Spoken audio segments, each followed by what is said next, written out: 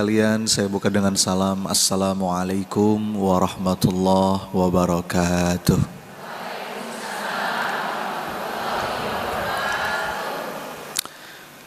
Alhamdulillah, alhamdulillahi haqqa hamdi, nahmaduhu wa nasta'inuhu wa nastaghfiruh, wa na'udzu billahi min sururi anfusina wa min sayyiati a'malina, may yahdihillahu fala mudhillalah wa may yudlil fala hadiyalah. Asyhadu an la ilaha illallah al-malikul haqqul mubin, wa asyhadu anna Muhammadan abduhu wa rasuluh al-mab'utsu rahmatan lil alamin. Allahumma salli wa sallim wa barik ala Muhammad wa ala alihi wa ashabihi ajmain. Subhanaka la ilma lana illa ma 'allamtana innaka antal alimul hakim. Alhamdulillah. Apa kabar ibu-ibu? Sehat? Pagi hari ini insya Allah kita sedang berada di lapis-lapis keberkahan. Berkah apa saja? Berkahnya majelis ilmu, berkahnya silaturahim, ya, berkahnya iktikaf di masjid, berkahnya hujan, betul ya? Tadi malam hujan deras ya Bu? Di sini juga deras sama. Saya di Bekasi soalnya, di Bekasi hujan deras. Tapi alhamdulillah tidak menyurutkan semangat ibu-ibu untuk datang ke majelis ilmu. Mudah-mudahan tiap langkah ibu-ibu dari rumah datang ke masjid, bapak-bapak juga ada ya sebelah kanan. Tiap langkahnya jadi penggugur dosa, Allah catat jadi amal soleh. Karena kaidahnya tuh gini Pak Bu, al-ajru ala qadri al-masyaqqah. Semakin berat suatu amalan, itu semakin besar ganjarannya di sisi Allah. Ya. Jadi datang ke majelis ilmu dalam keadaan cerah, ya, dibandingkan datang ke majelis ilmu dalam keadaan hujan, mendung, dingin, macet, enaknya berselimut, ya Bu ya. Itu kira-kira lebih gede mana ganjarannya? Yang kedua, karena al-ajru ala qadri al-masyaqqah. Pokoknya itu prinsip tuh Pak, makin berat kita melakukan suatu amalan, itu makin gede ganjarnya di sisi Allah. Jadi mudah-mudahan kita berdoa tiap langkahnya Bapak Ibu hadir di sini itu Allah lipat gandakan ganjaran balasannya. Yuk seperti biasa supaya semakin berkah kita mulakan dengan saling mendoakan dulu. Mana tangan kanannya? Usap-usap yang di sebelah kanannya. Ya, ikuti kata-kata saya, saudaraku. Mudah-mudahan pagi hari ini Allah karuniakan ilmu yang bermanfaat. Kalau lagi sempit, Allah lapangkan. Kalau lagi sulit, Allah mudahkan. Kalau lagi sedih, Allah bahagiakan. Dunia akhirat. Amin ya rabbal alamin. Gantian tangan kiri sekarang usap yang sebelah kirinya. Saudaraku, makasih ya sudah didoakan. Mudah-mudahan doanya kembali pada yang mendoakan. Berikan senyuman paling manis buat kanan kirinya, silakan.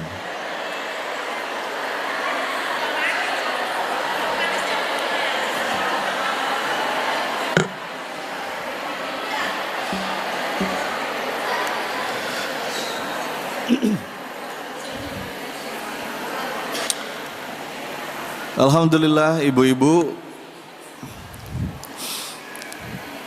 saya dapat amanah dari panitia. Satu tema yang akan kita kupas pagi hari ini Apa Bu temanya? La tahzan. Kaidah untuk bisa melepas kesedihan, kecemasan. Berarti saya berasumsi yang hadir di sini lagi sedih gitu? Alhamdulillah happy ya. Soalnya dari depan kelihatan wajah-wajah banyak masalah ini.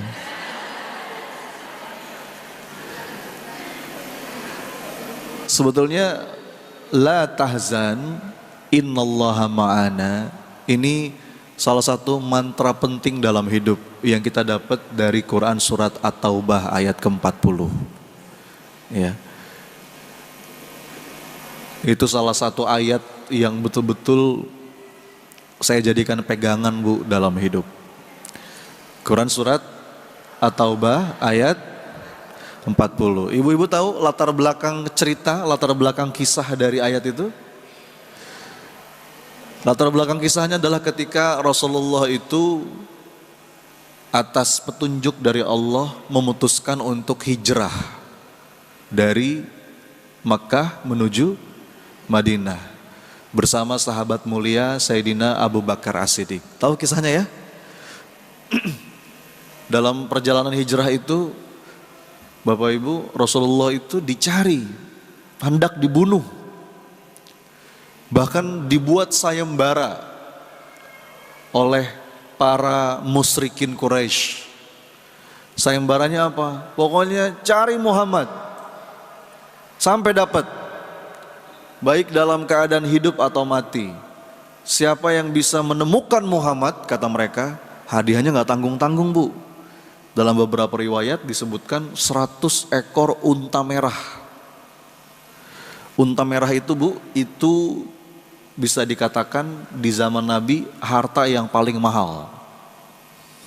Mungkin kalau hari ini apa ya, kayak mobil yang paling mahal gitu Bu. Ya, Pajero mah masih murah. Ya pokoknya yang mahal lah gitu ya. Unta merah tuh unta yang paling mahal, yang paling bagus. Bayangin Bu, sayembara, temukan seseorang kalau dapat hadiahnya 100 Pajero misalkan. Siapa yang gak mau? Semua bergerak. Semua bergerak. Pemuda-pemuda Quraisy dari berbagai macam kabilah itu mencari, hendak menangkap, bahkan membunuh Rasulullah Muhammad SAW. Kemudian Rasulullah berstrategi berangkat dari Mekah ke Madinah itu tidak lewat jalur yang biasa, tapi lewat jalur yang lain. Nah ini penting nih.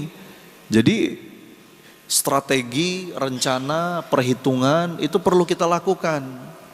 Jangan sampai atas dasar tawakal, kita mau bergantung aja Ustadz sama pertolongan Allah. Tapi kita nggak berstrategi, enggak dong. Kita berstrategi, kita punya rencana, kita berhitung. Rasulullah juga sama.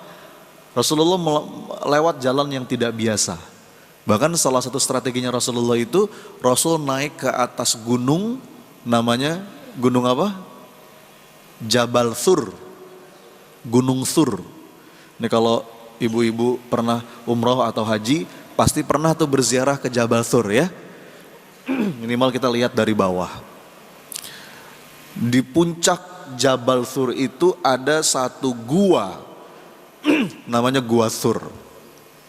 Dan bagian dari strategi Rasulullah itu bersembunyi dulu tuh selama beberapa waktu, selama beberapa hari di Gua Thur itu. Ya. Melibatkan ada anaknya Abu Bakar, namanya Asma binti Abu Bakar yang membawakan makanan diam-diam ke atas gunung itu. Ada lagi anaknya Sayyidina Abu Bakar yang lain namanya Abdullah bin Abu Bakar yang itu tugasnya menggembala domba supaya menghapus jejak. Jadi ini perencanaan yang matang Bu. Perencanaan yang matang. Ya. Akhirnya dalam beberapa riwayat diceritakan sebetulnya beberapa pemuda Quraisy itu sudah curiga. Jangan-jangan di atas itu tuh. Bahkan ada beberapa yang sudah sampai naik ke atas Bu. Dan udah di depan gua. Sudah di depan gua. Diceritakan oleh Sayyidina Abu Bakar dalam beberapa riwayat, seandainya mereka nunduk dikit aja, itu ketahuan Bu. Betul nggak?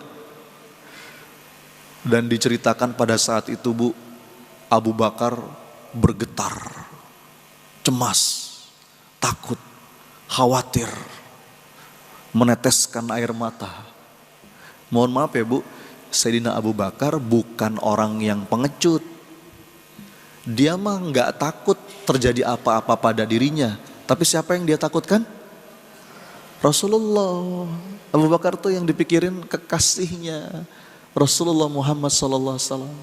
Jadi nggak bisa dipungkiri, nggak bisa ditutupi. Abu Bakar kelihatan sekali panik, cemas, takut, sampai netes air mata dan melihat Sayyidina Abu Bakar yang seperti itu. Lalu Rasulullah berkata, perkataan Rasulullah ini Allah abadikan dalam Quran surat At-Taubah ayat ke-40 tadi. Apa kata Nabi?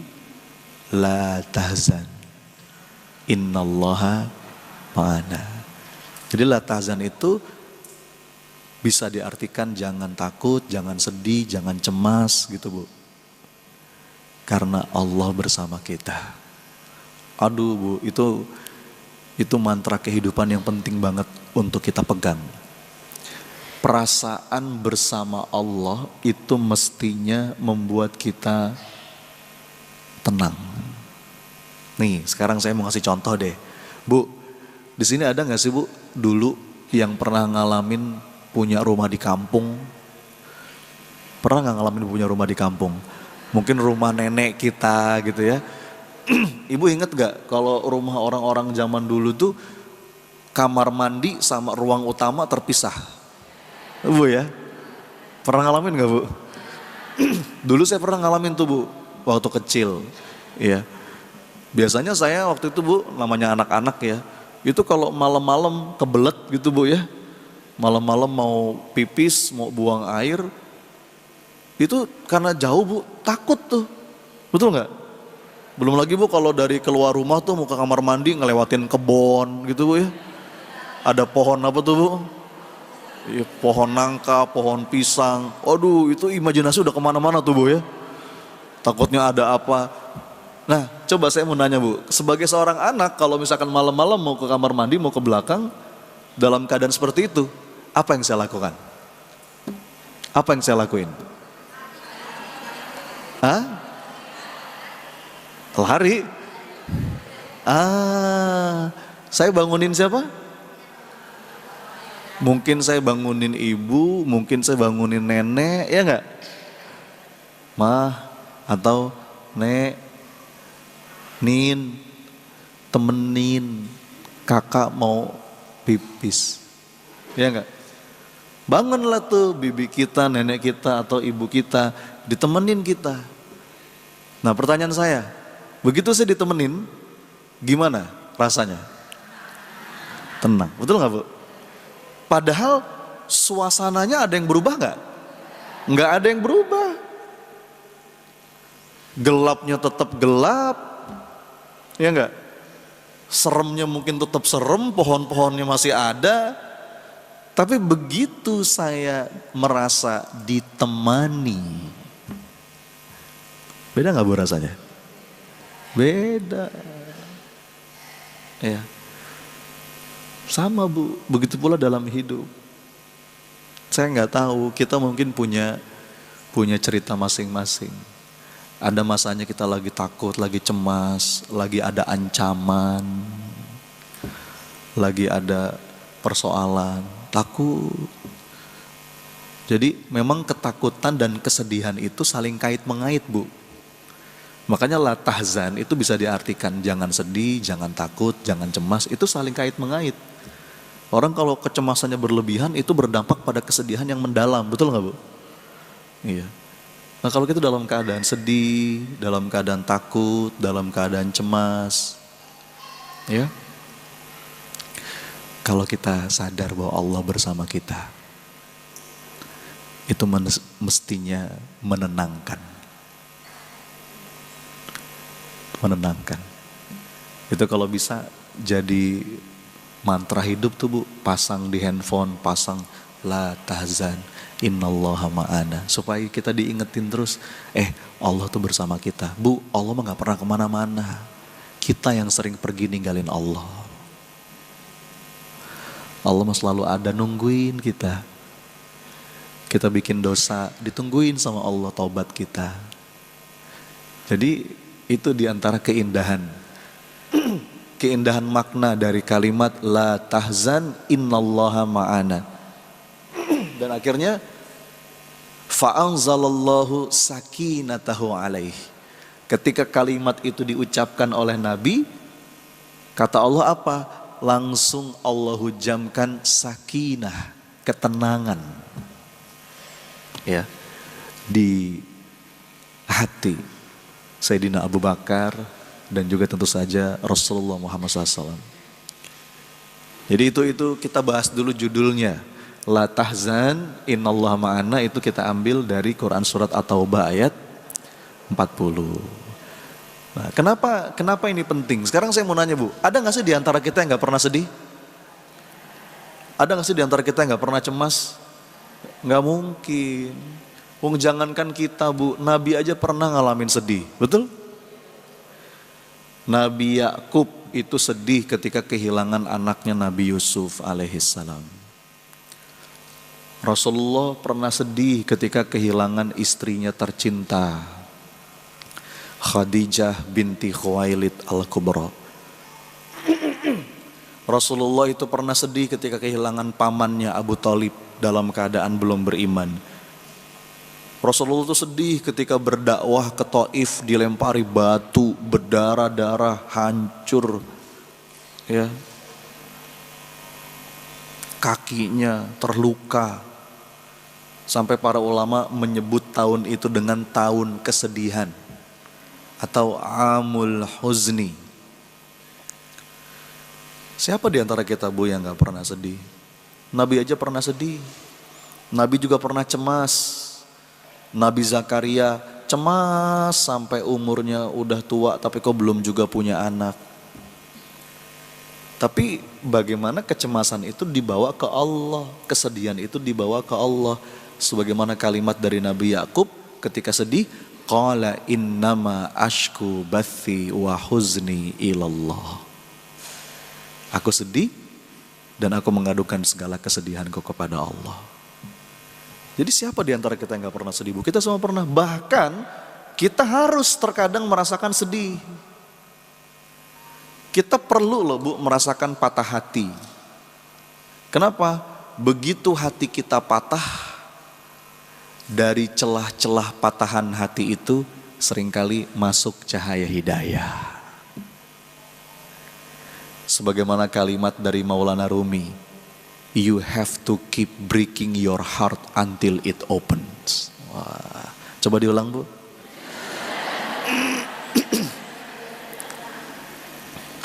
Apa artinya? Terkadang kita perlu merasakan hati yang patah supaya dia terbuka.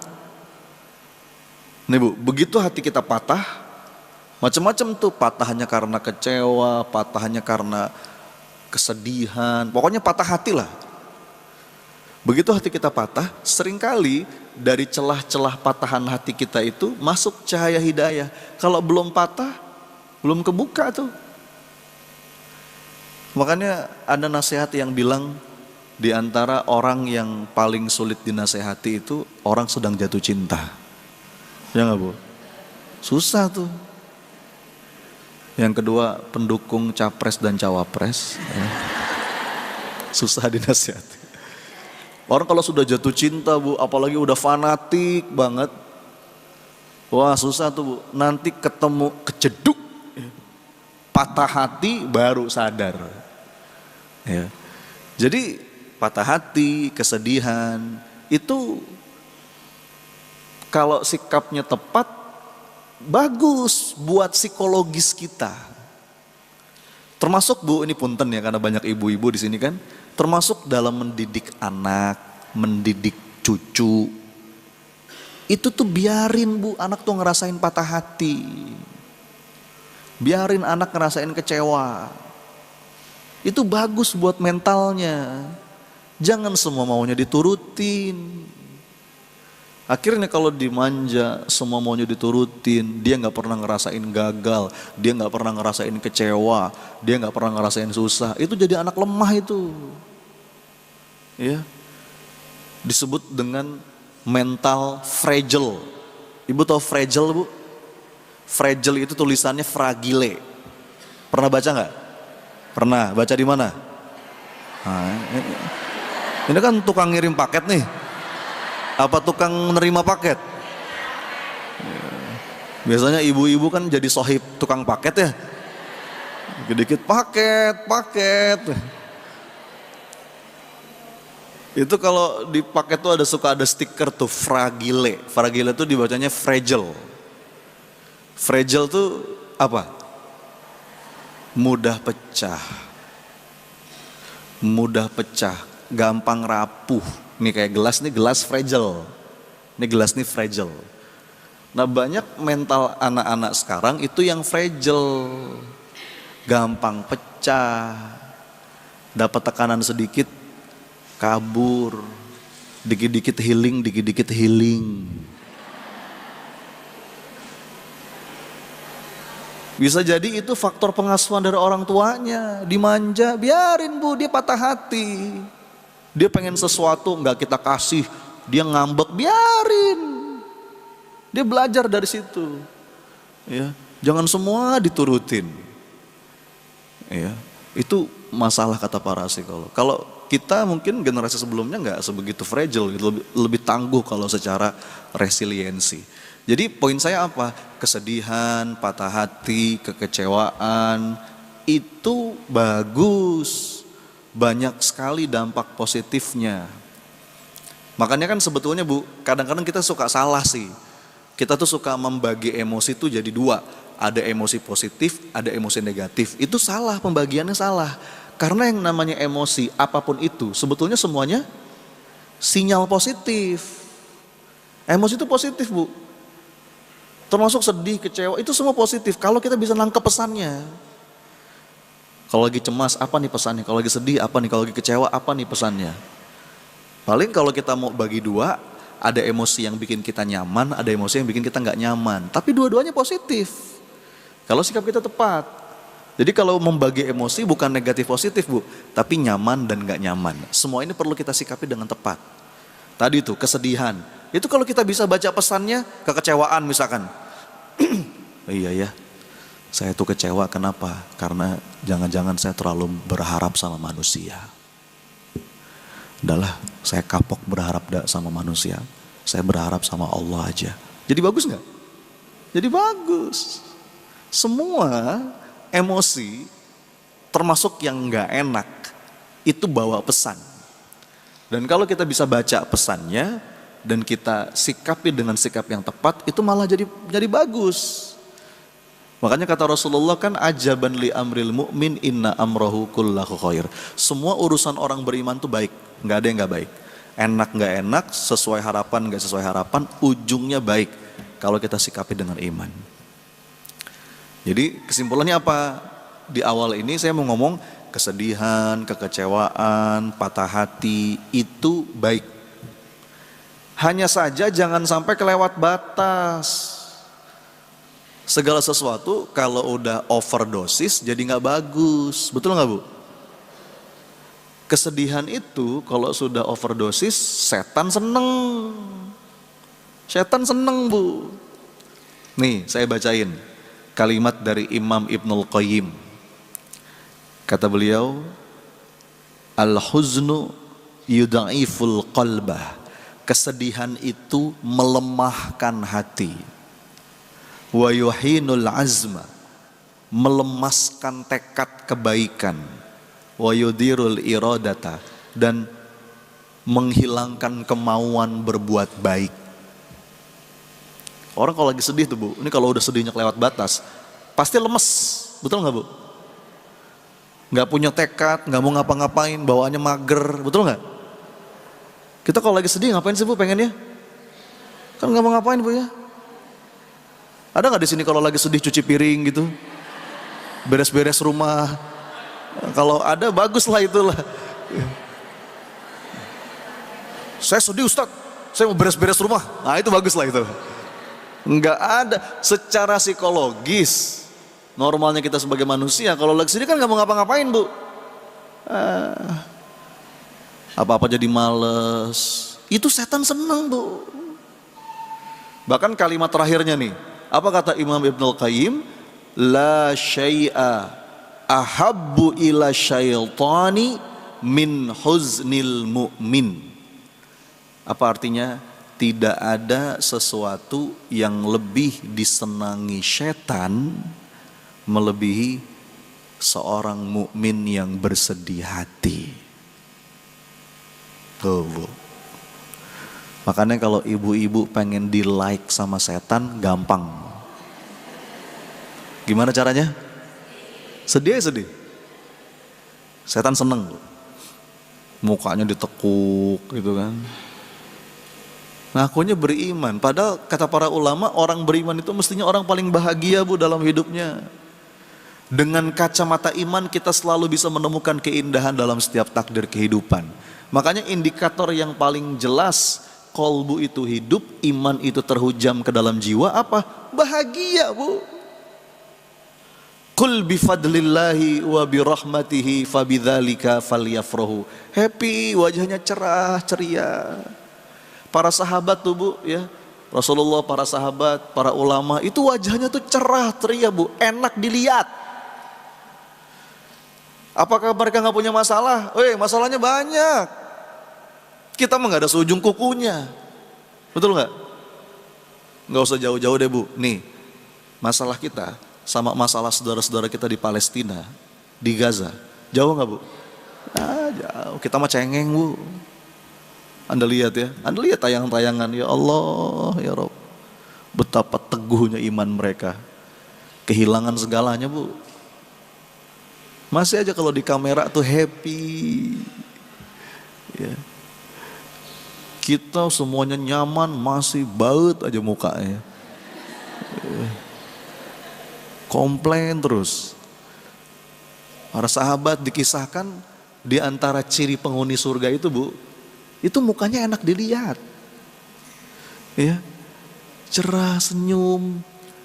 Kenapa? Apakah mereka nggak punya masalah? Punya, tapi mereka sudah menumpahkan air matanya di atas sajadah di malam hari kepada Allah. Habis sudah. Maka ketika siang hari ketemu dengan manusia yang lain dengan wajah yang cerah ceria. Gitu. Coba lihat kanan kiri sambil senyum silakan. Ayo.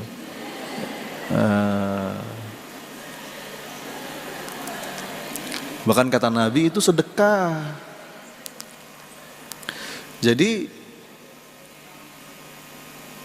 kalau kita ngaku kita beriman, tapi kok masih banyak rudetnya, masih banyak ruwetnya, nah itu something wrong. Karena tadi itu ayatnya, Allah nyuruh kita bahagia. Qul bifadlillahi wa birahmatihi fabidzalika falyafrahu. Jadi kebalikannya, kalau setan itu sukanya sedih, maka Allah itu juga kepingin hamba-hambanya bahagia bu. Kenapa Allah turunkan Quran, Allah utus para nabi, Allah berikan petunjuk hidup supaya kita menemukan kebahagiaan. Bukan kebahagiaan semu, tapi kebahagiaan yang hakiki. Nah gitu ya. Nah sekarang pertanyaannya, tapi itu gimana dong Ustaz? Gimana dong Coach? Namanya hidup kan kita pasti gak bisa menghindar dari, ya kadang-kadang ngerasa sedih, kadang-kadang ngerasa berat, kadang-kadang ngerasa cemas. Nah, pagi ini saya akan sampaikan ada beberapa kaidah, ada beberapa rumus yang mudah-mudahan rumus ini, jurus ini bisa kita pakai untuk melepas segala kesedihan, segala kecemasan. Mau tahu nggak? Jadi penting nggak nih? Penting nggak nih materi kita pagi ini bu? Bener, ini insya Allah nanti pulang dari sini Bapak Ibu ya bawa jurus ini,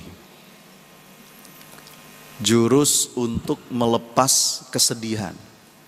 jurus untuk melepas kecemasan. Apapun lah, pokoknya segala emosi yang membuat batin kita nggak nyaman, itu diantara jurus pentingnya untuk ngelola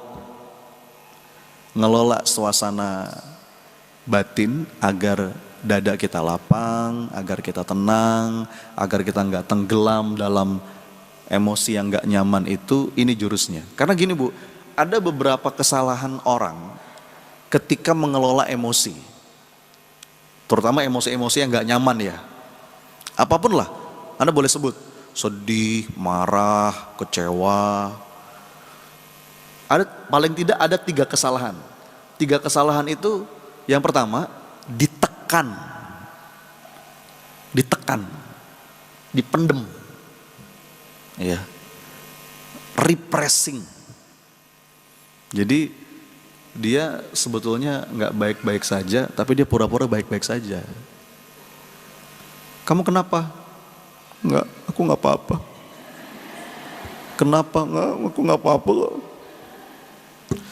Dia berusaha menekan itu.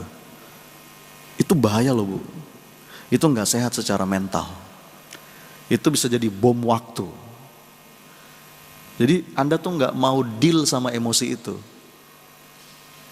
Diteken-teken gitu. Itu suatu hari kalau terpantik dikit aja bisa meledak gitu. Itu bakal mengubah karakter kita. Akhirnya kita jadi manusia yang gampang marah, senggol, bacok, ya, temperamen, bahkan untuk hal-hal yang kecil.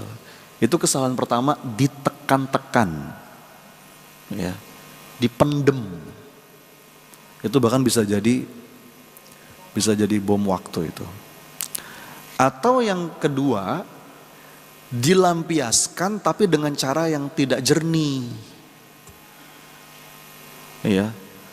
Jadi lega sih, tapi ngerusak, destruktif, nyakitin orang. Iya, ngamuk-ngamuk, lempar piring, apalagi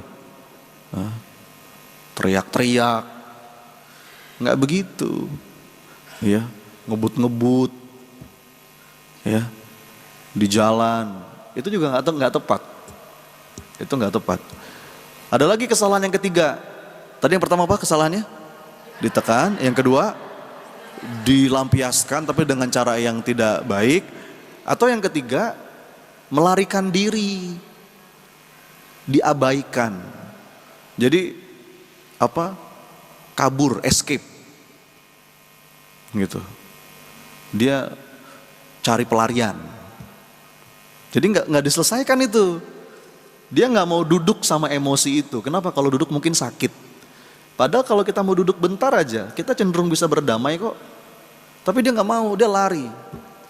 Ibu-ibu kan juara lomba 1 lari ya. Lari apa? Lari dari kenyataan. Lari, escape, jalan kemana. Ya, atas nama healing, pergi kemana. Bahkan naudzubillah ya, ada yang pelariannya ke obat-obatan, minum-minuman keras. Itu nggak menyelesaikan itu. Itu 3 kesalahan dalam mengelola emosi. Apapun judul emosinya, sedihkah, kecewakah, marahkah. Nah terus yang benar gimana dong Ustaz? Nah ini mau kita bahas nih. Ini mau kita bahas. Nah, rumusnya itu Bu, insya Allah Bu, ini sederhana, tapi powerful. Beneran. Sederhana sekali Bu, tapi ini jadikan pegangan, jadikan ini jurus yang terus Anda latih. Jadi walaupun kita tahu jurusnya Bu, kalau nggak pernah kita latih, nggak bisa. Ibu udah tahu jurusnya nih, dilatih habis ini. Makanya kalau kata Bruce Lee, Ibu kenal Bruce Lee? Kenal di mana Bu? Kalau kata Bruce Lee, dia ngomong gini, saya tidak takut dengan orang yang punya 1000 jurus. Nggak takut saya.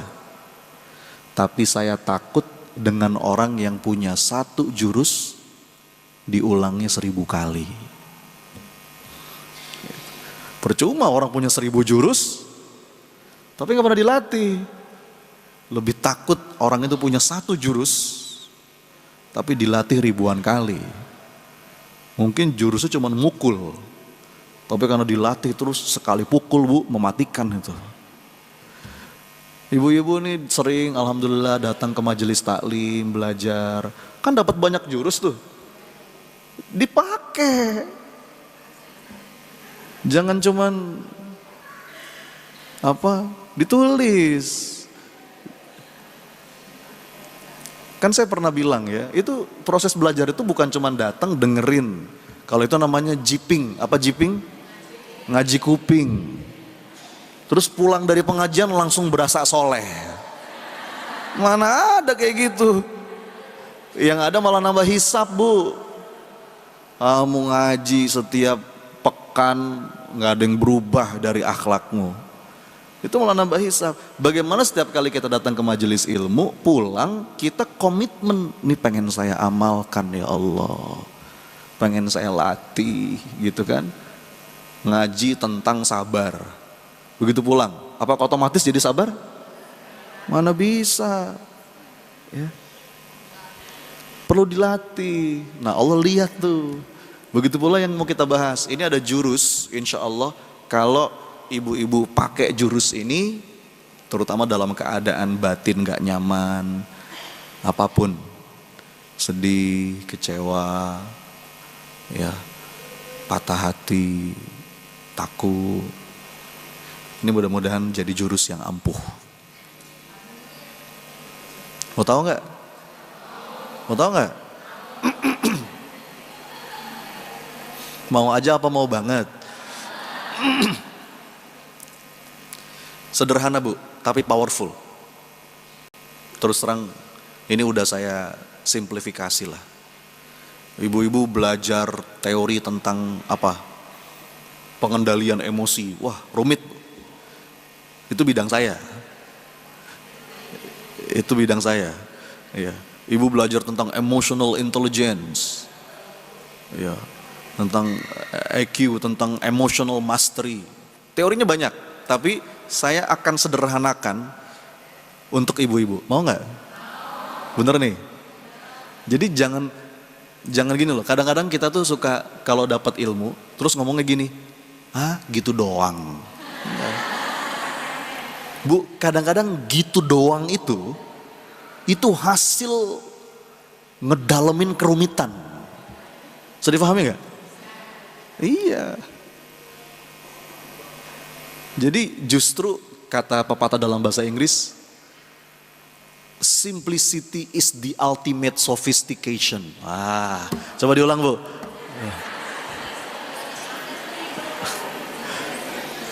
Simplicity, kesederhanaan itu seringkali adalah puncaknya kerumitan. Jadi kadang-kadang kita dengar dari para ulama, gitu doang.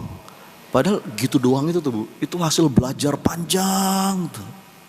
Oh ternyata ini intisarinya. Ya. Saripati. Ya. Jadi ini jurus yang mau saya kasih ini setidaknya hasil belajar saya belasan tahun. Saya jadi trainer, ya, ngedalamin tentang happiness science, ngedalamin tentang pengendalian diri, pengendalian emosi. Betul Bu, ini pada intinya ini rumusnya. Waduh, mahal nih. Ya. Gampang, sederhana Bu. Supaya gampang diingat, saya kasih judul. Jurusnya itu 3M. Coba diulang, apa? Apa itu 3M? Memakai masker,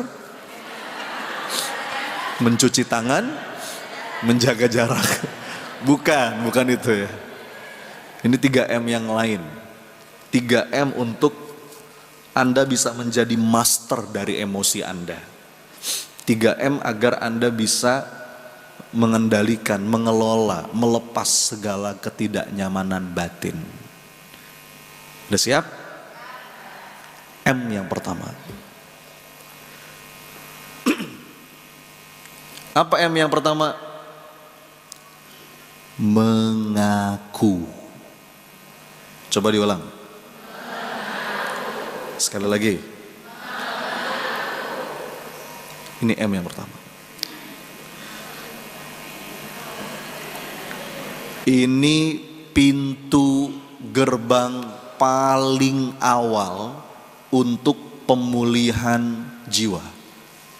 Ngaku. Kenali apa yang Anda rasa, sadari itu, izinkan itu hadir dalam batin Anda dan akui. Akui. Ya Allah, aku sedih. Ya Allah, aku sakit hati. Ya Allah, aku kecewa. Ngaku. Ya. Kenapa? Karena beberapa orang itu denial. Tadi itu denial itu dia menyangkal. Ya, dia menyangkal. Kamu nggak apa-apa? Aku nggak apa-apa kok. Aku nggak apa-apa. Ya. I'm okay. Gue encana yo. Kita pura-pura baik-baik saja, padahal kita tidak sedang baik-baik saja. Padahal it's okay to not be okay. Waduh, itu judul drama Korea katanya Bu. It's okay to not be okay. Nggak apa-apa kok kalau kita nggak baik-baik saja. Namanya juga manusia Bu. Tadi saya bilang, Nabi aja pernah ngalamin yang namanya suasana batin yang itu mungkin bikin dia hampir sempit dadanya. Jadi nggak apa-apa, izinkan. Allow yourself to be human. Izinkan bahwa kita ini manusia. Kita bukan malaikat, kita bukan robot. Kita bukan AI. Iya, coba Ibu tanya sama AI. Ada kan di WhatsApp ya? Ibu tanya, wahai ChatGPT, apakah Anda pernah bersedih? Coba aja, pengen tahu jawabannya apa? Pasti jawabannya tidak. Saya ini robot, saya ini program. Dia mungkin tahu segalanya, tapi dia nggak pernah tuh ngalamin. Namanya bukan manusia. Lah kita kan manusia Bu. Jadi akui, sadari. Segala sesuatu yang tidak kita sadari itu nggak bisa kita kendalikan. Makanya Bu, ini pintu gerbang awal pemulihan. Ini pintu gerbang awal penyembuhan batin. Ya. Karena orang itu kalau sudah ngaku aja Bu, udah ngaku aja, itu udah setengah jalan tuh. Termasuk penyakit-penyakit hati. Misalkan kemarin ada orang curhat sama saya, Mas Sony, saya tuh Mas masih suka sombong, saya tuh Mas masih suka ria. Dia udah ngomong gitu aja Bu, itu udah luar biasa. Dikit lagi sembuh itu. Beberapa orang ngaku gak mau. Itulah bedanya penyakit fisik sama penyakit hati. Kalau penyakit fisik, orang cenderung ngaku. Dan dia akan berjuang sekuat tenaga untuk penyembuhan. Ngaku. Ditanya dokter, gimana Pak Bu? Dok, pusing dok. Sakit perut dok. Lambung nih dok. Pinggang nih dok. Ngaku kalau sakit fisik. Tapi kalau penyakit hati, orang cenderung denial, gak ngaku. Nah, kamu sombong ya? Enak aja saya sombong, kamu yang sombong gitu. Padahal Bu, kalau penyakit fisik itu bisa menggugurkan dosa. Kalau kita ridho, tapi kalau penyakit hati itu nambah dosa. Penyakit fisik apa sih paling efeknya? Penyakit fisik paling efeknya tidak bisa merasakan lezatnya makanan. Kalau lagi sakit fisik kan Bu, kadang-kadang sate juga nggak enak, semua nggak enak, es kelapa nggak enak. Ya. Tapi kalau sakit hati, penyakit hati, yang hilang itu kelezatan ibadah. Auzubillah. Ya. Kalau sakit fisik kan paling makan nggak enak Bu. Kalau penyakit hati Bu, ibadah yang nggak enak Bu. Ya. Kalau sakit fisik, tadi tuh Kalau dia ridho jadi penggugur dosa, ya, semakin dia merasakan sakit, makin gede yang dihapus dosanya, dan kalau meninggal bisa husnul khotimah. Tapi kalau penyakit hati, udah mah nggak nyaman, nambah-nambah dosa terus, dan meninggalnya berpotensi su'ul khotimah, na'udzubillah. Jadi yang pertama, mengaku. Coba diulang, apa? Nah, M yang pertama ini dibagi 3 lagi. Ini masih M yang pertama nih Bu. M yang pertama dibagi 3 lagi. Mengaku apa saja. Nih ya, jurus untuk melepas segala ketidaknyamanan batin. Mengaku yang pertama itu mengakui segala rasa. Tadi tuh, pokoknya apapun yang dirasa, Anda kenali itu, Anda akui. Jangan disangkal. Oh, saya sedih, saya kesel. Kalau perlu tulis Bu. Ya. Karena tulis itu membantu kita mengurai pikiran yang kusut. Ya. Sedih. Kita nih udah mulai jarang nih. Padahal itu terapi loh Bu. Nulis itu terapi. Nulisnya buat sendiri, bukan nulis di sosial media. Hatiku hancur, ngapain? Itu mah caper, itu mah. Nulis buat sendiri. Itu namanya writing therapy, journaling. Pokoknya segala yang kita rasa, tulis aja dulu. Ya Allah, walaupun kita belum tahu solusinya apa. Itu mengurai, karena kita tuh batin kita nggak nyaman karena ada yang kusut dalam pikiran. Begitu kita nulis, kita mulai mengurai itu. Jadi mengakui yang pertama itu mengakui segala yang kita rasa. Aku aja dulu. Nah, sekarang mengaku yang kedua. Ngaku apa? Ngaku apa Bu? Ngaku apa? Ayo. Kan saya udah duga. Kalau saya bilang ngaku apa lagi Bu? Pasti jawabnya ngaku dosa, ngaku salah. Itu betul, tapi itu nomor 3. Ada yang perlu diakui sebelum kita ngaku dosa dan ngaku salah. Apa coba? Hah? Itu kan udah tadi. Kuncinya ada di doa Sayyidul Istighfar. Lihat Bu, sebelum kita ngaku dosa, kita ngaku apa dulu? Saya ingetin. Abu ulaka bini'matika alayya wa abu ubidzambi. Lihat Bu, urutannya Bu. Ya. Ibu hafal kan? Sayyidul Istighfar? Dihafalin ya Bu. Sayang kalau nggak hafal. Beneran. Itu doa indah banget Bu. Dan kalau bisa kita baca setiap pagi, setiap petang. Bahkan kata Nabi, kalau kita baca Sayyidul Istighfar pagi, sorenya kita meninggal, surga baginya. Kalau kita baca Sayyidul Istighfar sore, paginya meninggal, surga baginya. Jangan sampai lewat Bu. Minimal tuh ba'da subuh, ba'da asar. Ayo coba baca sama-sama yuk. Bismillahirrahmanirrahim. Yuk, sama-sama. Allahumma anta rabbi la ilaha illa anta khalaqtani wa ana abduka wa ana ala ahdika wa wa'dika mastata'tu a'udzu bika min syarri ma sana'tu. Tahan. Itu kalimat pertamanya tuh Bu, tadi tuh mengakui kehambaan kita dulu. Ya enggak? Aku nih hambamu ya Allah, Engkau Robku ya Allah. Itu ngakui kehambaan dulu tuh. Segala kelemahan kita, segala rasa. Nah baru setelah itu, Abu ulaka bini'matika alayya.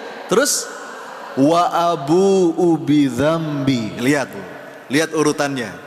Ngaku apa dulu? Ngaku nikmat dulu. Abu ulaka bini'matika alayya. Abis ngaku nikmat baru ngaku dosa. Wa abu'u bidzambi. Lihat Bu, ini penting loh Bu. Ini penting. Anda bayangkan ya, bahkan ini dalam doa Sayyidul Istighfar, penghulunya istighfar. Rasulullah ngajarin kita mengakui nikmat dulu. Jadi bukan cuman ingat dosa bagus, tapi beriringan dengan ingat nikmat. Jadi dalam keadaan sedih sekalipun Ibu, coba deh, ini kita baru M yang pertama loh. M yang pertama aja udah powerful banget ini Bu. Ngaku nikmat. Karena dalam keadaan sesulit apapun, dalam keadaan sesedih apapun, ada begitu banyak Bunda nikmat yang Allah kasih dalam hidup. Betul nggak? Open your eyes, open your heart. Ini udah sering kita denger lah. Anda udah hafal ayatnya. Fa inna ma'al usri yusra. Terus itu Quran surat Al-Insyirah ayat 5 ayat 6. Bu, itu kayaknya pengulangan ya. Coba dibaca lagi. Fa inna ma'al usri yusra. Coba. Kayak pengulangan nggak? Kalau kita orang awam ngebaca ayat itu kayak pengulangan. Betul ya Bu? Oke, nggak apa-apalah. Kalaupun cuma itu yang kita tangkep, itu aja udah kabar bahagia Bu. Kenapa? Karena kalau yang namanya pengulangan itu berarti penegasan. Kalau misalkan saya bilang, Bu, insya Allah saya datang ke Cibubur. Bu, insya Allah saya datang ke Cibubur. 2 kali saya ngomong, itu artinya saya menegaskan. Oh, itu Allah yang negesin Bu. Fa inna ma'al usri yusra. Diulang lagi, inna ma'al usri. Nah ternyata kata para ulama, sebentar, itu bukan pengulangan. Kenapa bukan pengulangan? Karena ketika menyebutkan kesulitan ada alnya, ada alif lamnya Bu. Fa inna ma'al usri, al-usri. Ketika kesulitan ada alnya. Kalau ada alnya Bu, dalam kaidah bahasa Arab itu berarti ma'rifah, sesuatu yang definitif, yang bisa kita tunjuk nih, al-usri. Tapi ketika menyebutkan kemudahan itu nggak ada alnya, yusro saja, bukan al-yusro. Coba diulang. Fa inna ma'al usri yusra. Lagi, inna ma'al yusra. Yusronya Bu, itu nggak pakai al. Kalau nggak pakai al, dalam kaidah bahasa Arab itu namanya nakiroh, sesuatu yang indefinitif, yang kemungkinannya lebih banyak. Kenapa dikatakan itu bukan pengulangan? Kesulitannya sama Bu. Itu kan Quran surat Al-Insyirah ayat 5 ayat 6. Nah, al-usri karena ada alnya, kesulitan di ayat yang kelima dan kesulitan di ayat yang keenam sama. Barangnya itu sama. Karena ada alnya. Tapi yusro, kemudahan di ayat yang kelima, dan yusro, kemudahan di ayat yang keenam tidak sama. Indah banget Bu. Jadi ini gak pakai insya Allah Bu. Saya bersumpah demi Allah. Dan ini minimal, 1 kesulitan itu bareng dengan 2 kemudahan. Minimal. Ya. Jadi kalau Anda ngerasa, Ustaz, kesulitan saya banyak Ustaz, A, B, C, D, E, Anda punya 50 kesulitan. Bu, kalau Anda punya 50 kesulitan, saya bersumpah demi Allah, berarti bareng dengan itu minimal ada berapa kemudahan? 100 itu minimal. Demi Allah, ini gak pakai insya Allah. Masalahnya mata kita yang ketutup. Makanya saya bilang tadi, open your eyes, open your heart. Ketika Allah menutup satu pintu, di saat yang bersamaan Allah buka lagi dua pintu yang lain. Tapi terkadang kita terlalu lama menatap pintu yang tertutup itu. Ya Allah, kenapa pintunya Engkau tutup? Buka, nangis di depan pintu yang ketutup itu. Itu lihat. Di situ Allah buka. Dan itu ma'a, bukan ba'da. Fa inna ma'al, bersama kesulitan ada kemudahan. Bareng, Bu. Oke, mungkin di sini masalah kita belum beres, utang kita belum lunas, ada masalah sakit kita belum sembuh. Oke, tapi lihat, bareng dengan itu ya Allah, anak-anak ngafal Quran. Ya, Allah kasih rezeki yang lain. Makanya kaidah penting dalam melepas kesedihan itu mengaku. Setelah kita mengakui rasa, mengakui kelemahan, mengakui kehambaan, berikutnya mengakui nikmat. Baru sampai situ aja, Bu, itu udah bisa sembuh tuh sedihnya.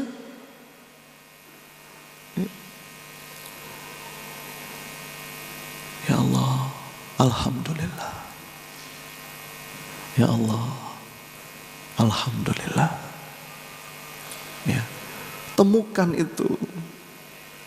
Kadang-kadang nggak kelihatan karena ketutup. Bentar nih, saya mau nanya nih, Bu, saya punya tisu, Bu. Kelihatan nggak? Kelihatan ya? Ini kebayang lah ya jumlahnya ada berapa? Kelihatan ya? Nah, misalkan ini, saya iseng, Bu, iseng. Isengnya gimana? Saya mau membalut tembok-tembok di masjid ini pakai tisu. Iseng aja. Pengen nutup semua pakai tisu. Kaca-kacanya saya tutup. Jadi saya ambil satu, saya tempel. Oke? Ambil lagi satu, tempel di atasnya. Ambil lagi satu, tempel di sampingnya. Terus kayak gitu. Oke ya? Nah, pertanyaan saya, tolong jawab. Bisa nggak beberapa lembar tisu yang cuman segini nih itu menutup seluruh masjid ini? Bisa nggak? Jawab, bisa nggak? Jawab yang tegas, bisa nggak? Jawabannya bisa. Bukan? Gimana caranya? Ketika beberapa lembar tisu ini menutup mata Anda.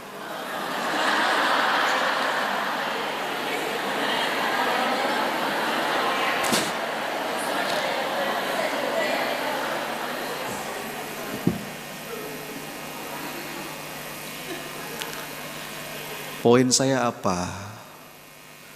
Bu, Pak, titip, jangan sampai masalah-masalah kita yang mungkin belum selesai, hajat-hajat kita yang mungkin belum tercapai, yang sebenarnya cuma segini, tapi itu menutup mata kita dari jutaan nikmat lain yang sudah Allah kasih. Hidup saya susah, Ustaz. Nggak ada nikmat Allah. Begini nih, Anda taruh di sini nih. Makanya, Bu, lawannya syukur itu apa? Kufur. Kufur itu masih satu padanan kata dengan kafir. Jadi kufur, kafir, itu kan bahasa Arab. Itu kalau kita turunkan, diserap dalam bahasa Inggris jadi kafir. Kafir itu apa? Nutup. Orang yang kufur itu orang yang nutup, tertutup. Orang kafir itu orang yang tertutup. Ya.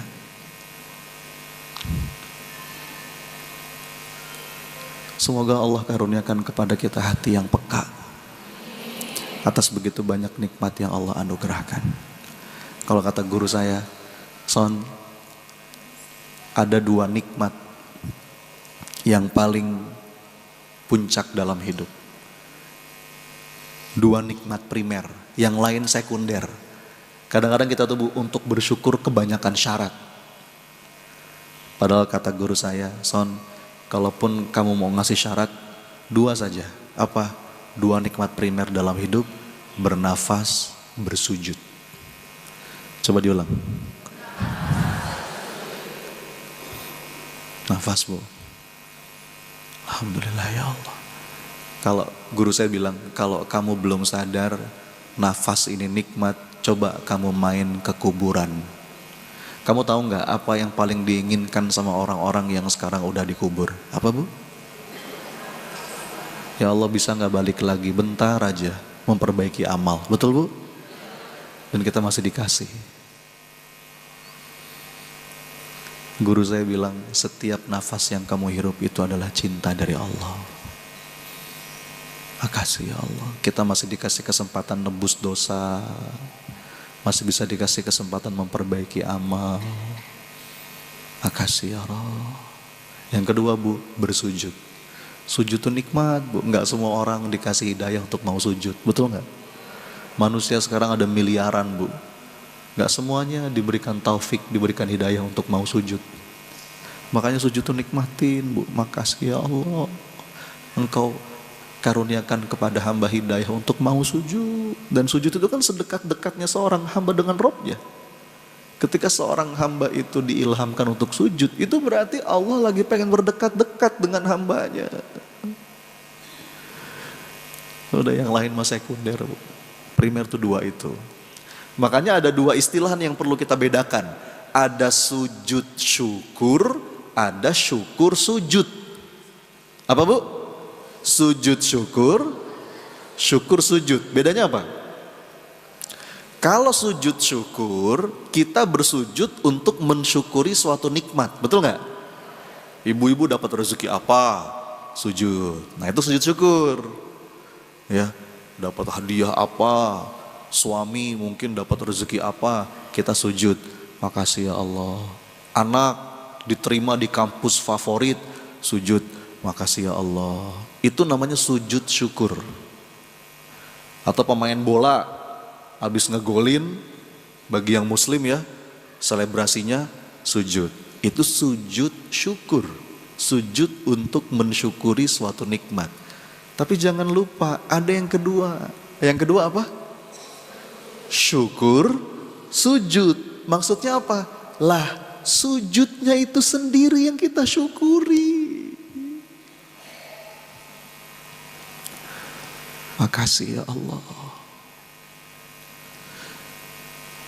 Masih dikasih kesempatan sujud. Masih bisa dengar suara azan. Makan masih enak ya Allah. Tidur masih nyenyak. Cobalah Bu, sesekali aja nih kalau pas lagi makan ya, Anda pandangin tuh piringnya. Alhamdulillah ya Allah. Bahkan Bu, para ulama itu menceritakan, ini serius, ada hamba-hamba Allah yang mendapatkan ridho dari Allah hanya karena makan. Ada hamba-hamba Allah yang jadi kekasih Allah itu hanya karena makan. Kan biasanya Bu, untuk jadi kekasih Allah gimana? Mungkin tahajud, betul nggak? Ada seorang hamba yang tahajud nggak putus, jadilah dia disayang sama Allah. Ada yang lewat jalur sedekah, jadilah dia disayang sama Allah. Ternyata Bu, para ulama menceritakan, ada loh hamba-hamba Allah yang itu betul-betul Allah sayang hanya karena makan. Lewat jalurnya jalur makan Bu. Loh kok bisa? Karena seorang hamba ini Bu, setiap kali mau makan, dia tatap nasinya, dia berdoa setiap suapan. Ya Allah, Alhamdulillah. Makasih ya Allah.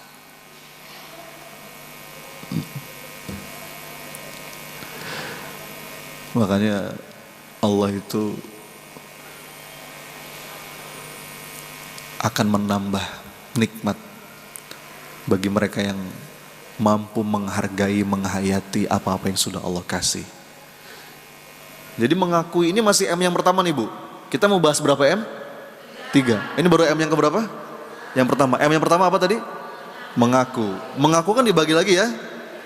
Yang pertama tadi tuh mengakui rasa, mengakui kelemahan, kehambaan. Nah yang kedua mengakui nikmat.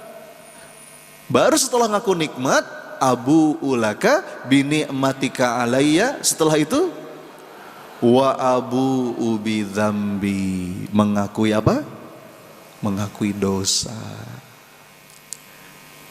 Baru ngaku dosa. Jadi dadanya lapang Bu. Kadang-kadang kalau cuma ngaku dosa tapi tidak beriringan dengan ngaku nikmat, itu menyempitkan dada. Akhirnya kita kayak putus asa gitu. Ya. Wah ini emang aku pantas mendapatkan ini semua, ini karena dosa-dosaku. Itu betul, itu bagus. Tapi mesti berimbang. Ya. Jadi ada ngaku nikmat, ngaku dosa. Ya Allah, astagfirullah. Rabbi inni zolamtu nafsi faghfirli. Atau doanya Nabi Yunus, la ilaha illa anta subhanaka inni kuntu minadh. Atau doanya Nabi Adam, Rabbana zolamna anfusana wa illam taghfir lana wa tarhamna lanakunanna minal khasirin. Kata Nabi dalam sebuah hadis, man lazimal istighfar ja'alallahu min kulli haznin farahan. Barang siapa yang mendawamkan istighfar, maka Allah akan mengganti kesedihannya menjadi kebahagiaan. Dan ternyata Bu, mengakui dosa itu juga bisa mengundang cintanya Allah. Nih Bu, Pak, saya bacain ya. Ada tulisan bagus banget. Ini tulisan dari teman saya. Bagus banget Bu. Saya suka sama tulisan ini. Saya mohon izin bacakan, Anda simak ya. Kenapa saya suka sama tulisan ini? Karena saya merasa tulisan ini kok mewakili banget gitu. Mewakili banget. Judul tulisannya, apakah Allah mencintaiku? Saya bacain ya. Apakah Allah mencintaiku? Pertanyaan ini membuatku introspeksi. Iya ya, Allah tuh cinta gak ya sama aku? Kemudian untuk menjawab pertanyaan ini, aku coba menemukan jawabannya dengan membuka Quran. Ketika aku buka Quran, ternyata aku mendapati sebuah ayat yang bunyinya wallahu yuhibbus sabirin. Allah mencintai orang-orang yang sabar. Lalu aku lihat diriku, sepertinya ayat ini bukan untukku. Kenapa? Karena aku masih jauh dari sabar. Ini kayaknya bukan untukku. Aku coba cari lagi ayat yang lain. Aku buka lagi lembaran-lembaran dalam Quran. Kemudian aku menemukan sebuah ayat, ternyata Allah itu mencintai orang-orang yang berjihad.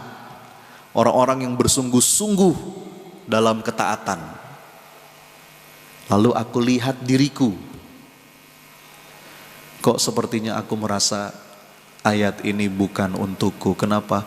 Aku masih jauh dari kesungguhan. Kadang-kadang melawan hawa nafsuku saja masih kurang kesungguhanku. Aku buka lagi lembaran-lembaran lain dalam Quran. Dan aku menemukan sebuah ayat, wallahu yuhibbul muhsinin. Allah mencintai orang-orang yang berbuat ihsan, berbuat baik dengan tulus. Aku lihat diriku, kayaknya aku masih jauh deh dari derajat ihsan. Aku rasa ayat ini bukan untukku. Hatiku pun gundah. Kok sepertinya tidak ada tanda-tanda pada diriku bahwa Allah mencintaiku. Tapi aku coba terus membuka lembaran-lembaran lain dalam Quran. Ternyata aku mendapati sebuah ayat yang bunyinya Innallaha yuhibbut tawabin wa yuhibbul mutatahhirin. Allah mencintai orang-orang yang suka bertobat, mengakui dosanya, dan membersihkan dirinya. Lalu aku segera merenung, mungkin ayat ini untukku dan untuk orang-orang yang sepertiku. Maka segeralah lisanku berucap Astagfirullah wa atubu ilaih. Rabbi inni zolamtu nafsi faghfirli. Ini indah banget, Bu. Jadi kaidah yang pertama, Bu, untuk bisa melepas kesedihan, kecemasan, kegalauan, itu adalah mengaku. Coba diulang. Apa saja yang perlu diakui? Satu, mengakui segala rasa, kelemahan, kehambaan. Yang kedua, mengakui nikmat. Karena dalam keadaan seberat apapun, dalam keadaan segelap apapun, saya bersumpah Bunda, demi Allah, bersamaan dengan itu Allah kasih banyak kemudahan. Betul? Tapi itu gak kelihatan seringkali. Kenapa? Karena mata kita tertutup. Temukan itu. Temukan dua kemudahan dalam satu nikmat. Dalam satu kesulitan. Kalau kata Abdullah bin Mas'ud, dia ngomong gini, seandainya kesulitan itu masuk ke dalam sebuah batu, maka kemudahan akan ikut mengejarnya masuk juga ke batu itu. Kemanapun kesulitan itu pergi, dikejar, Bu. Sekalipun kesulitan itu masuk ke dalam sebuah batu, masuk kemanapun dia pergi, kemudahan akan ikut ngejar. Bareng. Itu diantara pemaknaan fa inna ma'al usri yusra, inna ma'al usri yusra. Dan mengakui dosa. Astagfirullah. Astagfirullah. Astagfirullah. Rasulullah itu enggak kurang 70 kali dalam sehari. Astagfirullah. Astagfirullah.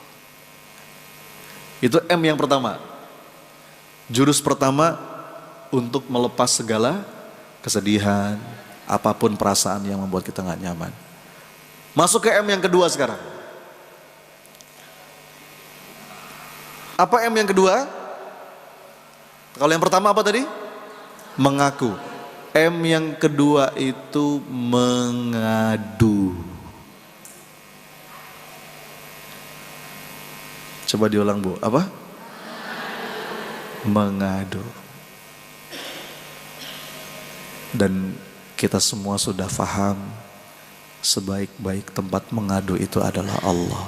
Boleh gak sih Ustadz ngadu sama manusia? Boleh.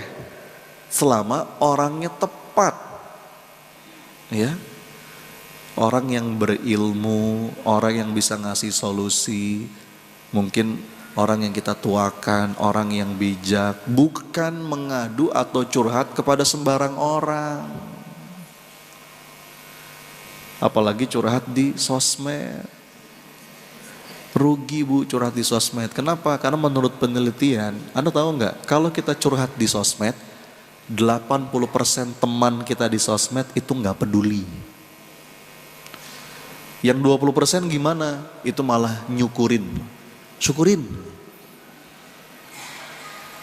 Ya.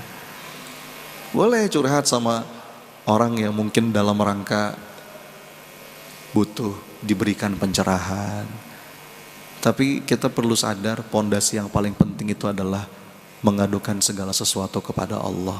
Dialah Sami'ul Alim, zat yang selalu mau dengerin kita dan yang paling ngertiin kita. Bu, kalau Anda curhat sama orang, belum tentu orang mau dengerin. Betul gak? Anda curhat sama saya, belum tentu saya mau dengerin.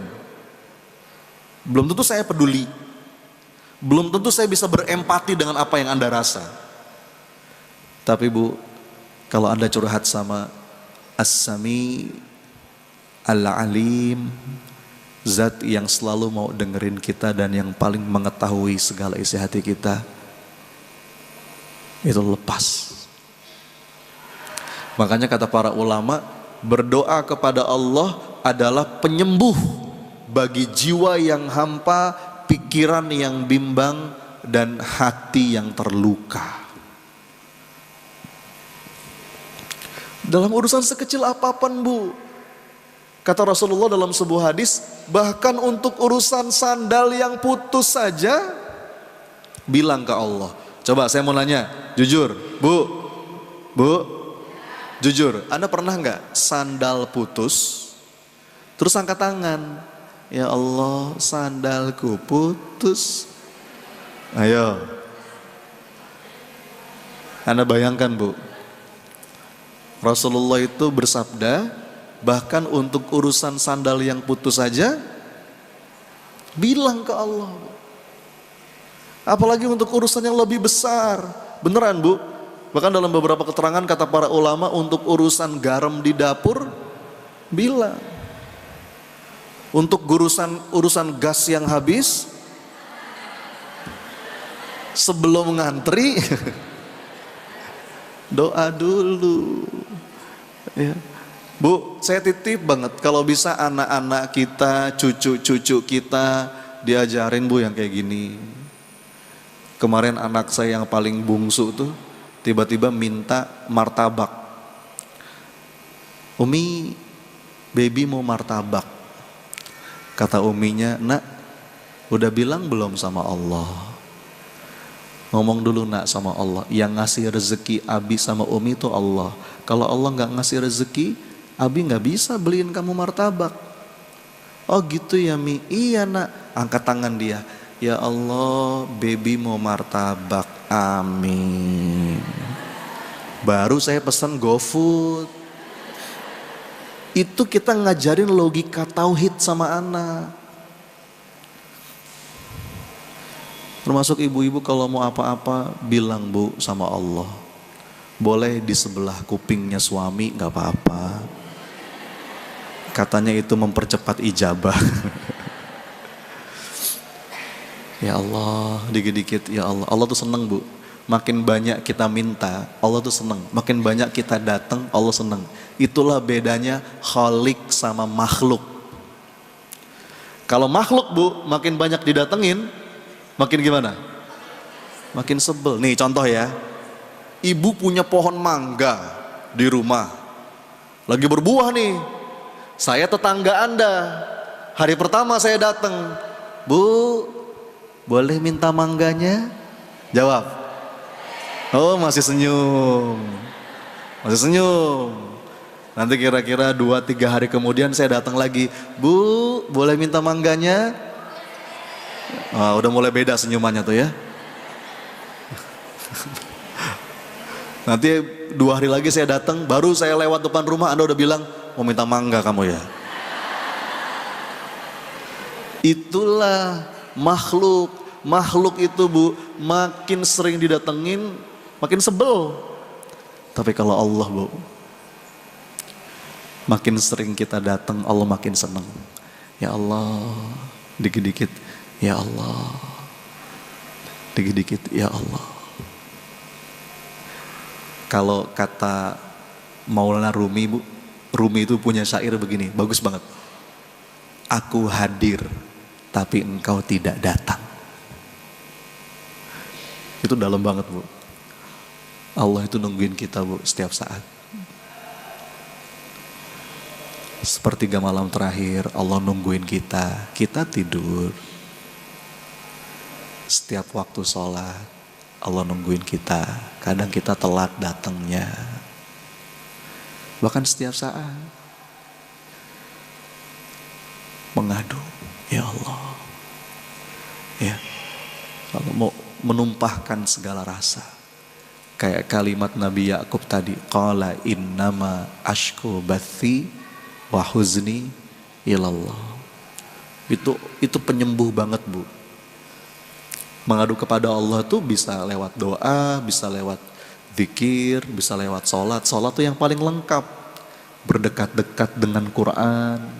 Jadi intinya jeda. Jeda tuh penting. Ya.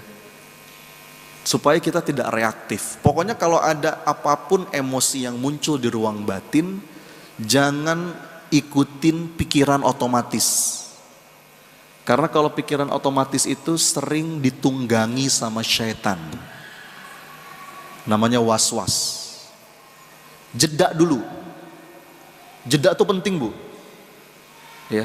Saking pentingnya jeda, kita diminta satu hari minimal 5 kali jeda. Betul? Lewat apa? Sholat itu jeda, Bu. Bahkan kata Nabi, ya Bilal, arihni bis sholah. Wahai Bilal, istirahatkan kami dengan sholat. Anda bayangkan, Bu, Rasulullah itu memandang sholat sebagai istirahat. Kan beda banget sama kita ya. Kalau kita memandang sholat beban. Padahal sholat itu untuk melepas beban. Banyak masalah dalam hidup terjadi karena kita nggak jeda. Termasuk ibu-ibu kalau mau belanja, jeda ya Bu ya. Jeda. Pokoknya ada keinginan belanja, jeda dulu. Karena kadang-kadang kita butuh waktu aja, Bu. Butuh waktu aja kadang-kadang. Ada kemarin di Bogor, ada seorang ibu curhat sama saya. Sampai nangis gitu. Ustadz, kenapa Bu? Ustadz, doain saya Ustadz, supaya saya tegar. Kenapa Bunda? Saya baru ditinggal sama suami saya Ustadz. Meninggal dunia. Semakin saya berusaha tegar Ustadz, saya nggak bisa tegar. Karena kemana-mana saya ingat suami saya Ustadz. Saya ngelihat restoran yang itu, ingat suami saya. Pernah makan di sana. Saya ngelihat itu, ingat suami saya. Saya emang nggak pernah kemana-mana Ustadz, kecuali sama suami saya.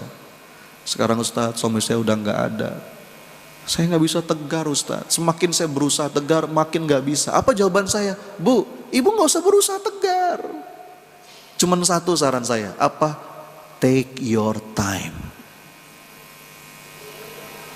Udah jalanin. Nanti begitu ada waktu, lama-lama pulih. Betul nggak? Kadang-kadang kita butuh waktu aja. Nggak usah buru-buru. Nah dalam jeda itu yang kita lakukan apa? Mengadu kepada Allah.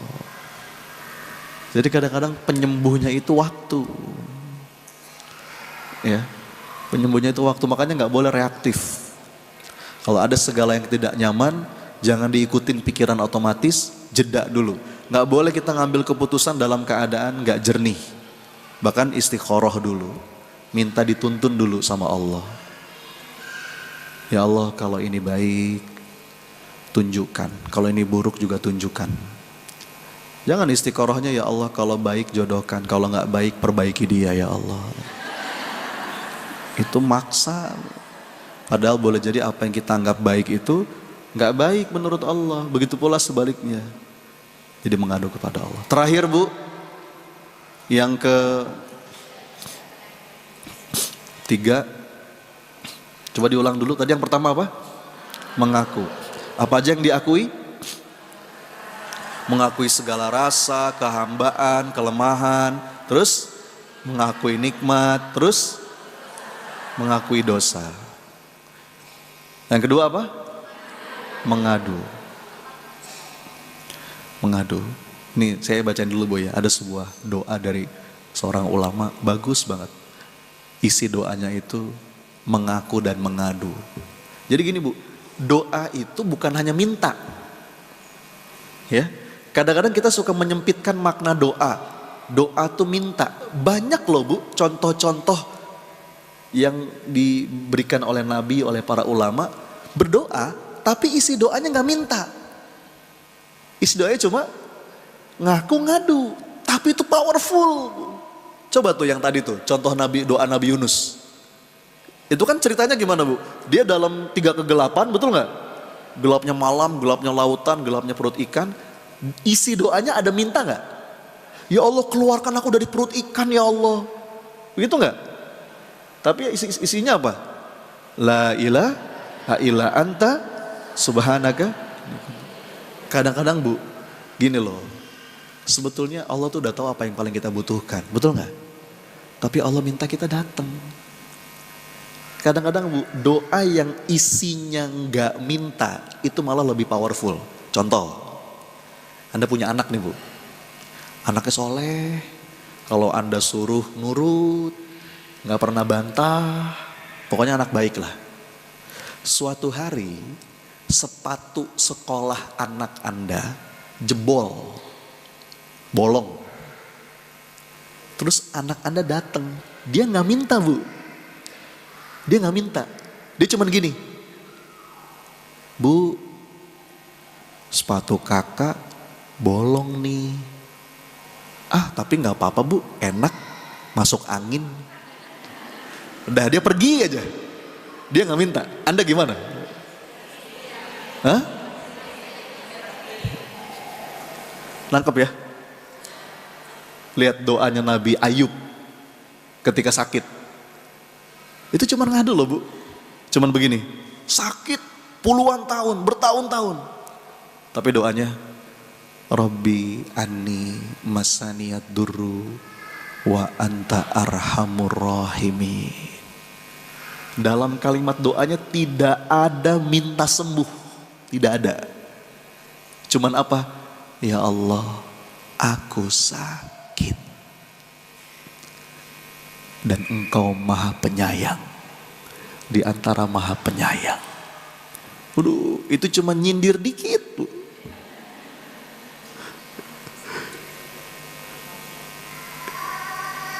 Kadang-kadang Bu, kadang-kadang ya, kata para ulama, justru doa-doa kita yang paling powerful itu bukan doa yang spesifik. Kadang-kadang kita doa terlalu spesifik sih Bu. Ya Allah, pengen punya mobil warna merah mereknya ini, kalau bisa tahun depan. Ya Allah, pengen punya suami yang kumisan, gaji sekian juta per bulan. Kadang-kadang Bu, justru kata para ulama, doa yang powerful seorang hamba itu bahkan kadang-kadang di saat dia udah gak bisa ngomong apa-apa lagi Bu, karena mungkin saking beratnya, doanya cuman gini, ya Allah,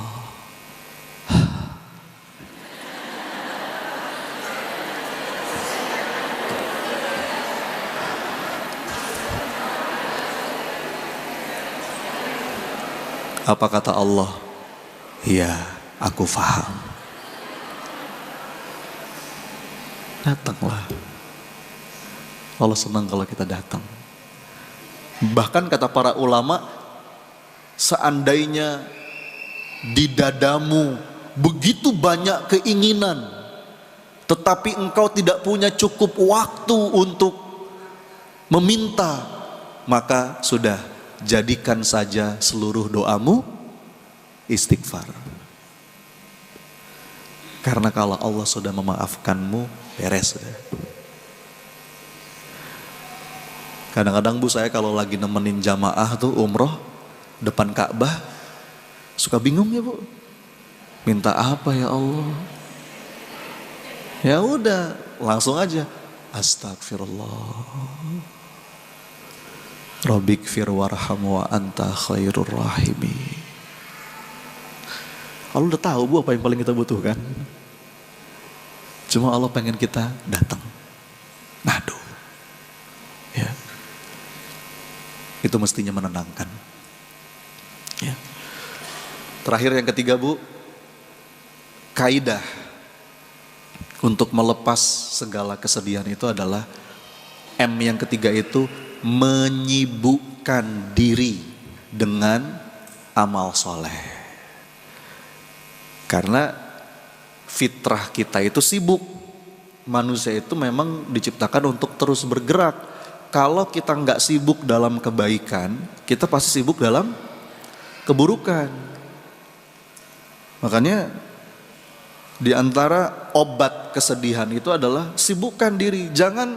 Jangan ngurung diri di kamar. Enggak, temui orang, datang ke majelis taklim. Ya, itu bagian dari proses pemulihan.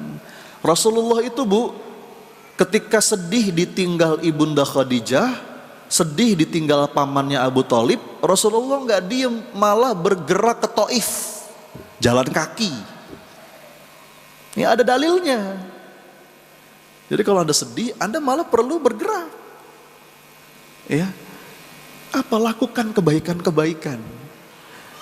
Bahkan lebih top lagi ketika Anda bergerak untuk memudahkan urusan orang. Waduh, kalau guru saya bilang begini, Mas Soni, kalau masalahmu ruwet, udah kamu pikirin siang dan malam, jungkir balik, tapi kau belum selesai-selesai juga, coba deh berhenti sejenak saja mikirin masalahmu, keluar bantuin orang. Bantuin orang. Lakukan sesuatu yang memudahkan urusan orang. Maka itu akan mengundang kemudahan dalam urusanmu. Kata Nabi dalam sebuah hadis, kalau kita menolong saudara kita, maka Allah akan menolong kita.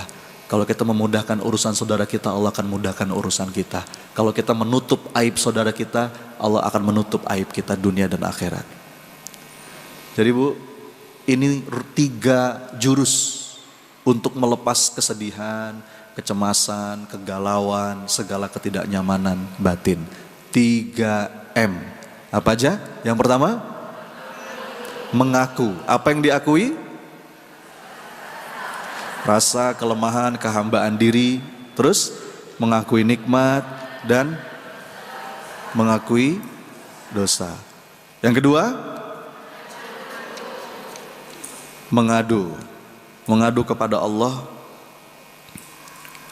Mengadu kepada Allah adalah penyembuh bagi jiwa yang hampa, pikiran yang bimbang, dan hati yang terluka.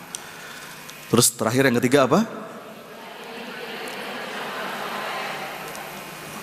Menyibukkan diri dalam amal soleh. Bahkan kalau bisa kita sibukkan diri kita untuk memudahkan urusan orang. Mudah-mudahan ayah bunda, kawan-kawan sekalian, 3 ini bisa menjadi jurus hidup, insya Allah. Amin. Amin ya. Nanti seperti biasa di akhir kita akan tutup dengan doa. Iya. Saya tidak akan pernah bosan untuk menyampaikan sesi yang paling penting dalam majelis ilmu itu sesi apa Sesi doa. Karena di majelis ilmu itu potensi ijabahnya lebih besar. Apalagi tadi saya bilang, kita di lapis-lapis keberkahan nih, hujan, silaturahim.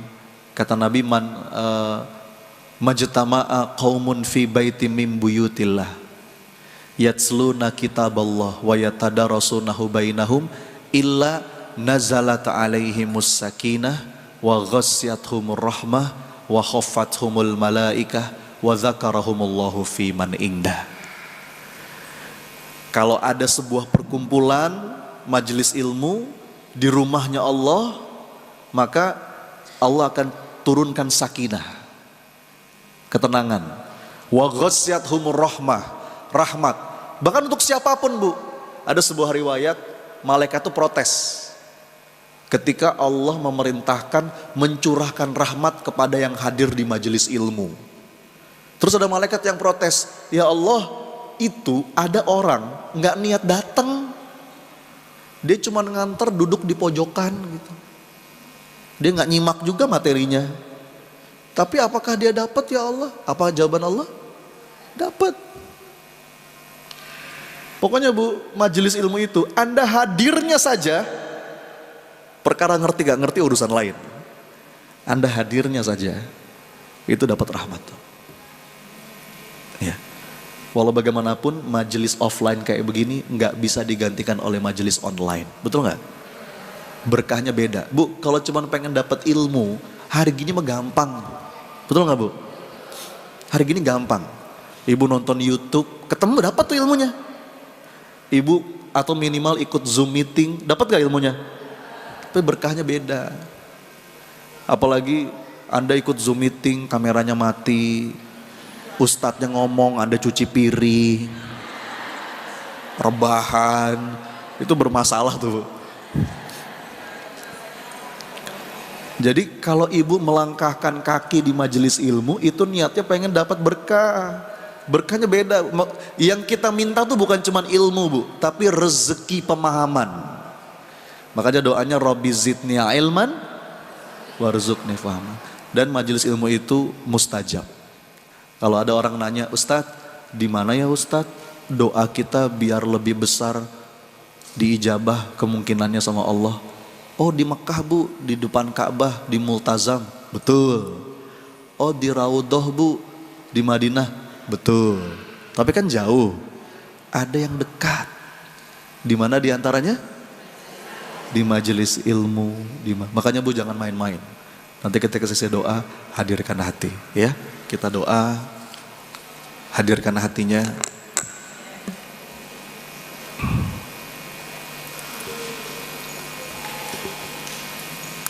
Ini sesi yang paling penting bu, beneran.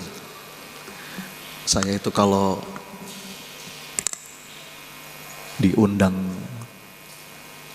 ke majelis taklim, terus terang sesi yang paling saya tunggu itu doa bareng. Karena saya yakin di antara jamaah yang hadir itu, ya boleh jadi amin dari Anda itu jadi wasilah ijabah. Ya.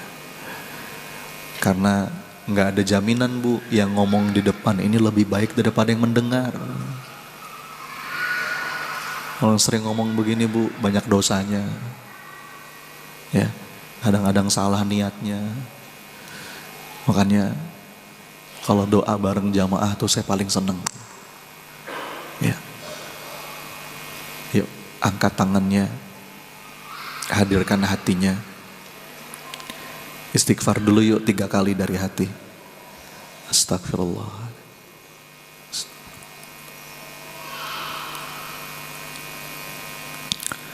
Salawat kepada Nabi. Allahumma salli wa sallim wa barik ala Muhammad wa ala alihi wa ashabihi ajmain.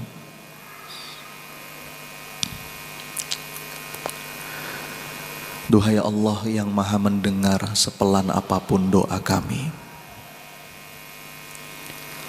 Duhai Allah yang maha menatap pertemuan kami pagi hari ini. Ya Allah, kami datang ke sini gak ada niat lain ya Rabb, kecuali ingin jadi hamba yang lebih baik.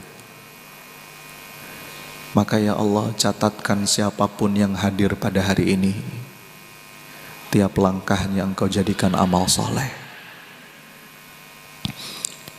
Catatkan ya Rob siapapun yang hadir pada hari ini, tiap langkahnya Engkau jadikan penggugur dosa. Ya Allah, jika ada di antara kami yang sedang sempit, lapangkan ya Allah. Ya Allah, jika ada di antara kami yang sedang merasa sulit dalam urusannya, mudahkan ya Allah. Jika ada di antara kami yang sedang sedih, resah, gelisah, karuniakan ketenangan pada jiwanya ya Allah. Jika ada di antara kami ya Allah yang sedang sakit, sedang terluka, lahir atau batinnya, sembuhkan ya Allah.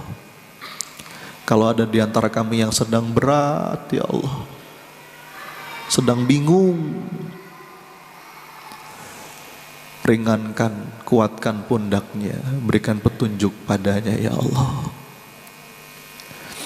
Kalau ada di antara kami yang sedang punya hutang ya Allah, tolong mudahkan untuk bisa lunas ya Allah. Jangan biarkan kami wafat dengan meninggalkan banyak hutang ya Allah.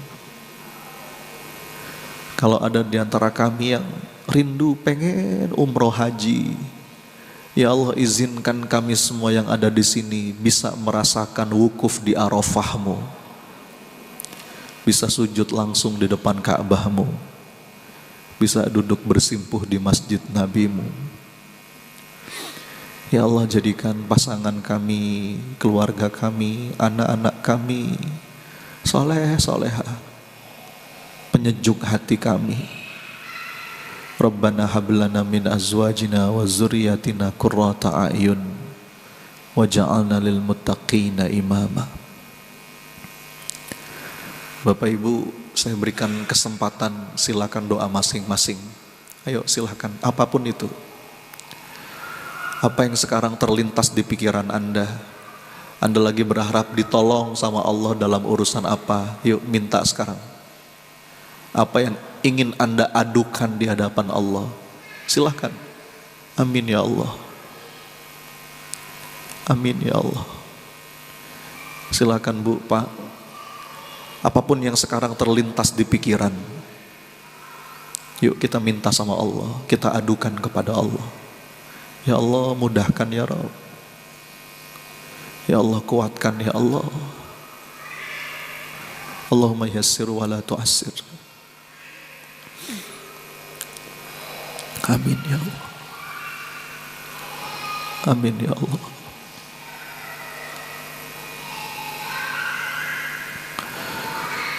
Allahumma inna nas'aluka taubatan nasuha wa taubatan qablal maut. Ya Allah, berikan kami semua kesempatan taubat sebelum Engkau panggil kami nanti ya Allah. Allahumma inna nas'alukal husnil khatimah wa na'udzubika min su'il khatimah. Ya Allah, jika tiba saatnya nanti kami kembali padamu, jadikanlah ya Allah akhir hidup kami baik, husnul khatimah. Kami wafat dalam keadaan taat ya Allah, bukan dalam keadaan maksiat, na'udzubillah. Ya muqallibal qulub, tsabbit qulubana ala dinik. Ya Allah, Engkau yang maha membolak-balik hati, tetapkan hati kami di jalan ketaatan di sisa umur kami ya Allah. Maafkan kami yang selama ini mungkin banyak kesia-siaan memanfaatkan usia kami. Rabbana atina min ladunka rahmah wa hayyi' lana min amrina rasyada. Ya Allah, kami ini lemah, gak punya daya kecuali Engkau tolong. Kami ini bodoh, gak tahu apa-apa kecuali Engkau tunjukkan. Kami ini fakir ya Allah, gak punya apapun kecuali Engkau titipkan. Rabbana atina fid dunya hasanah wa fil akhirati hasanah wa qina adzabannar. Ya Allah, bahagiakan kedua orang tua kami ya Rabb, baik yang masih ada maupun yang telah Engkau panggil. Tempatkan mereka di tempat terbaik di sisi-Mu. Karuniakan kami kebaikan, kebahagiaan dunia akhirat. Rabbana wa taqabbal du'a ya sami'ad du'a. Amin, amin ya rabbal alamin.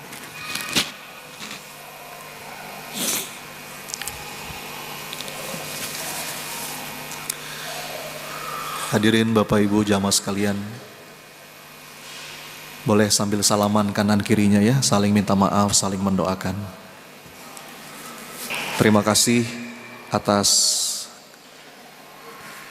kehadiran dan kesempatan berbaginya pagi hari ini. Semoga ada manfaatnya. Kita tutup dengan kafaratul majelis. Subhanakallahumma wa bihamdika asyhadu an la ilaha illa anta astaghfiruka wa atubu ilaik. Assalamualaikum warahmatullahi wabarakatuh.